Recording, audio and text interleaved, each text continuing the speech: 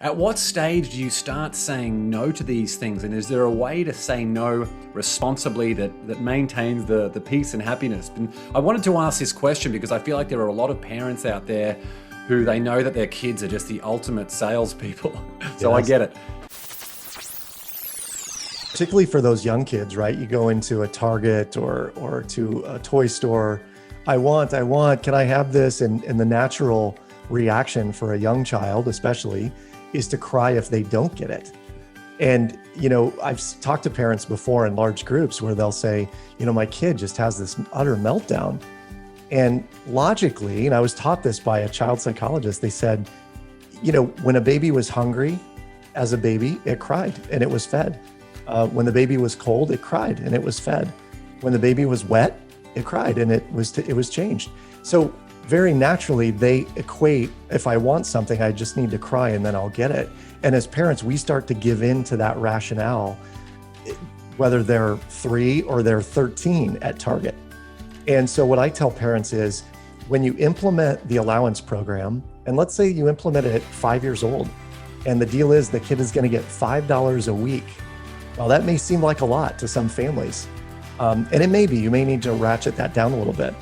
But if it is $5 a week and we go into Target and they see a stuffed animal or some gadget they want to buy, there is a lesson to be taught there where we say, well, let's look at how much it is. Okay, well, it's $18.99. How much do you have? I have 10.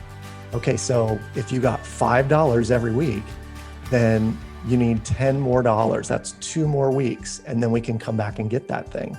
And what a lot of parents will do, James, erroneously, is they'll say, listen, I'll get it and then you can pay me back. But what we're doing is we're teaching instant gratification. Yeah, validating that instant gratification. 100%. Yeah. And this is probably hard for me to even say, but I've seen my sister do this with her teenage son. He wants a new computer. They bought it for him, but he's going to pay them back by mowing the lawn for the next 2 years. I'm like, it doesn't work that way. Not in our house. If they want it, they got to work for it, save money. Like, we don't do stuff on credit. It's not the First National Bank of mom and dad, because that one's too easy to default on. And once they default on that bank, they're going to default on the next several banks that they're a part of. So, I think that the way you bring up a child to learn delayed gratification and understand the value of money is you put money in their hand and you let them make decisions of their own accord, and also feel the repercussions of that. If you, as a parent, don't think they should buy that $20 item, but they have $20 and they want to spend it, that's their call.